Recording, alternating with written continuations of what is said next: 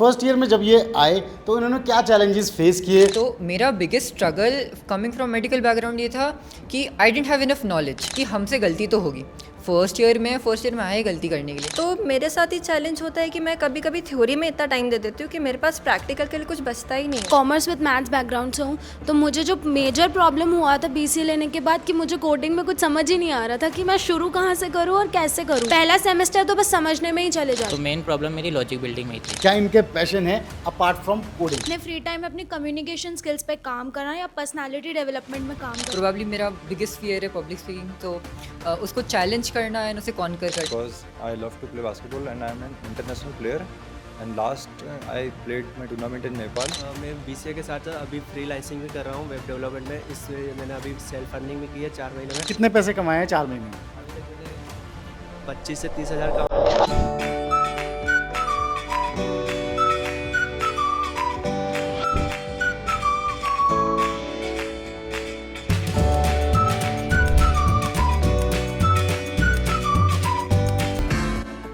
BCA course क्यों है एक बहुत ही अच्छा ऑप्शन टेक में करियर बनाने के लिए? कोडिंग लैंग्वेजेस का अगर सीवी नहीं आता है तो भी क्या आप बीसीए जैसा कोर्स इजीली कर सकते हैं? आप कॉमर्स बैकग्राउंड से हैं, आर्ट्स बैकग्राउंड से हैं, non maths non CS background से हैं, कितना मुश्किल है ऐसे स्टूडेंट्स के लिए बीसीए कोर्स? तो आपके ऐसे बहुत सारे सवालों के जवाब देने के लिए इस बार फिर से हम आ गए हैं कैंपस में, जो कि है सेज यूनिवर्सिटी का कैंपस। यहाँ पे हम इंटरेक्शन करने वाले हैं बहुत सारे बीसीए स्टूडेंट्स के साथ, जहाँ पे आपको मिलेंगे आपके सवालों के जवाब। तो इससे पहले कि मैं इन स्टूडेंट से बात करूँ, फटाफट से इस वीडियो को लाइक कर दो, चैनल को सब्सक्राइब कर लो और इस वीडियो को ज़्यादा से ज़्यादा शेयर कर दो। तो बिना किसी देरी के आइए चलते हैं स्टूडेंट्स के पास।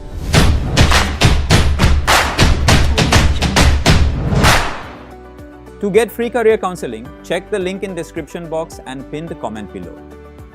तो बीसीए कोर्स में डिफरेंट बैकग्राउंड के स्टूडेंट्स एडमिशन लेते हैं। साइंस बैकग्राउंड हो, इसके अलावा कॉमर्स बैकग्राउंड हो, आर्ट्स बैकग्राउंड हो। तो यहाँ पे भी हमारे पास जो स्टूडेंट्स हैं वो डिफरेंट बैकग्राउंड्स हैं। तो इनसे मैं जानना चाहता हूँ इन सभी का क्या बैकग्राउंड था और फर्स्ट ईयर में जब ये आए तो इन्होंने क्या चैलेंजेस फेस किए, उन्हें इन्होंने कैसे हैंडल किया, ताकि जब भी आप फर्स्ट ईयर में आते हैं अगर वो चैलेंजेस आप फेस करते हैं तो आप भी उन्हें अच्छे से हैंडल कर पाओ। मुझे जो मेजर प्रॉब्लम हुआ था बीसीए लेने के बाद कि मुझे कोडिंग में कुछ समझ ही नहीं आ रहा था कि मैं शुरू कहाँ से करूँ और कैसे करूँ। और लॉजिक बिल्डिंग में भी इश्यूज़ होते हैं, प्रॉब्लम सॉल्विंग में भी इश्यूज़ होते हैं। सो सी, जावास्क्रिप्ट और जावा पढ़ने में ही मुझे बहुत टाइम, समझने में ही बहुत टाइम लग गया कि मैं स्टार्ट कहाँ से करूँ, कैसे करूँ। तो उसमें बहुत टाइम लग जाता है, जिसकी वजह से आप डिसाइड ही नहीं कर पाते हो कि आपको एग्जैक्टली जाना किस फील्ड में। यू कैन डिसाइड कि what is your future plan और एनीथिंग। आप उसमें ही उलझे रहते हो कि ये तो मुझे आ ही नहीं रहा है, अब क्या करना है। तो वो थोड़ा इशू होता है। और आप एकदम थ्योरी से प्रैक्टिकल पे स्विच कर रहे हो तो उसमें भी बहुत प्रॉब्लम होती है। तो पहला सेमेस्टर तो बस समझने में ही चले जाता है, उसके बाद आप धीरे धीरे समझते हो, उसमें भी बहुत टाइम लगता है। सो जैसे कि मैं मेडिकल बैकग्राउंड से था तो आईटी बैकग्राउंड का इतना मुझे नॉलेज नहीं था। तो मेन जो मुझे प्रॉब्लम आई वो थी आईटी सेक्टर के बारे में जानने से। तो वो मतलब ओवरकम हुआ टीचर्स और इनसे बात करने से, करियर गाइडेंस लेने से।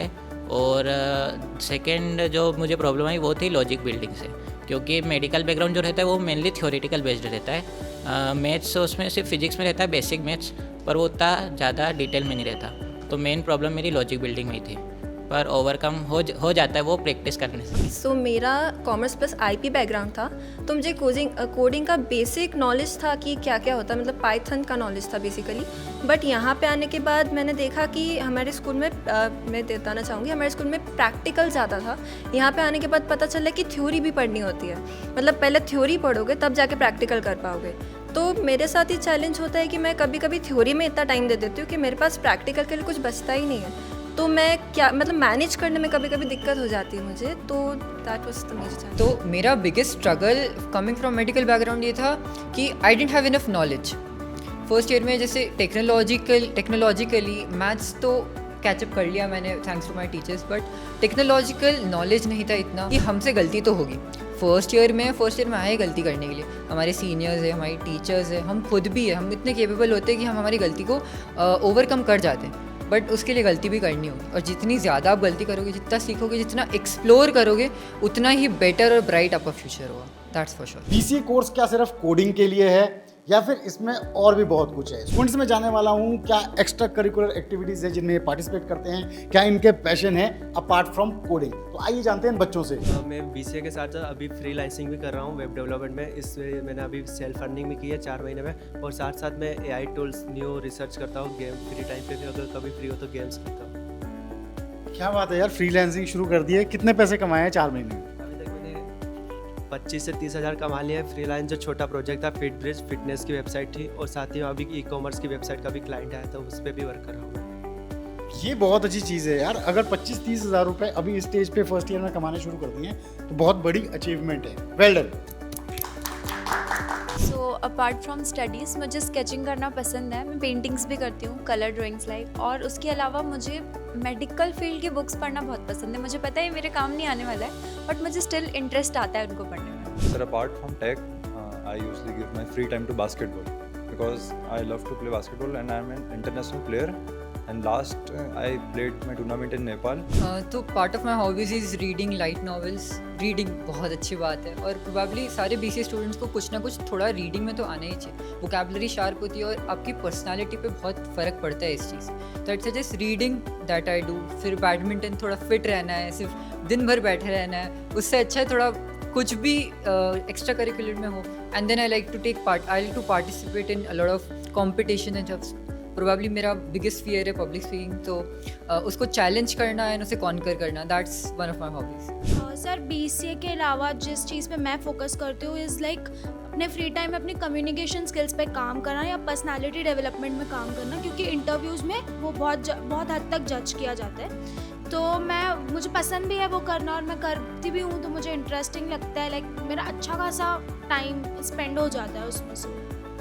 वेरी नाइस यार, बहुत इंपॉर्टेंट है leadership quality, communication skills, soft skills आपके, क्योंकि ये भी कहीं ना कहीं जब आप कॉर्पोरेट में काम करेंगे बहुत काम आएंगे। मेरे हिसाब से सभी को इस पे वर्क करना चाहिए अपार्ट फ्रॉम कोडिंग, आपके हार्ड स्किल्स इनके अलावा।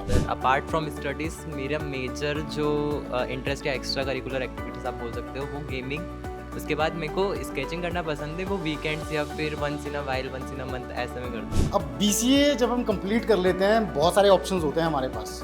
डायरेक्ट जॉब करें, हायर स्टडीज़ करें, MCA करें, कोडिंग में ज़्यादा इंटरेस्ट नहीं है, मैनेजमेंट साइड जाएं, MBA करें, या फिर बिजनेस में जाएं। ऐसा भी हो सकता है कि स्टूडेंट्स स्टार्टअप करें।